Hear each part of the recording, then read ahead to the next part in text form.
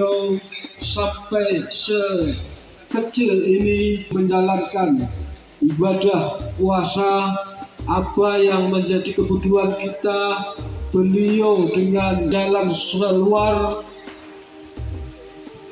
biar beban rakyat masyarakat. Justru teman-teman seperjuangan saya, masyarakat di Kabupaten Pekalongan, Kabupaten Pemalang bangga dan semangat, terus memberikan semangat kepada saya untuk terus berjuang untuk kepentingan rakyat. Karena saya berupaya untuk memperjuangkan sarung itu untuk teman-teman seperjuangan saya, dan saya konsisten. Terus sih Pak Ketua, tadi Pak Nasir bicara soal amal. Kalau periode kemarin, pas dapil saya butuh sarung, saya WA Ibu Dirut, langsung dikirim 2.000 sarung. Sekarang 1 sarung pun udah nggak bisa, katanya harus ke Pak Erik semua gitu. Bukan Pak Erik, Pak Eri maksudnya Pak.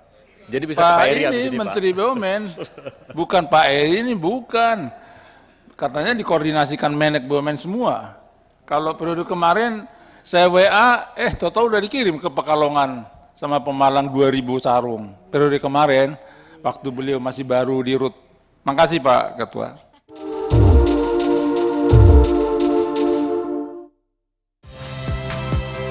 Saya Nitya Anissa, saksikan program-program Kompas TV melalui siaran digital, pay TV, dan media streaming lainnya.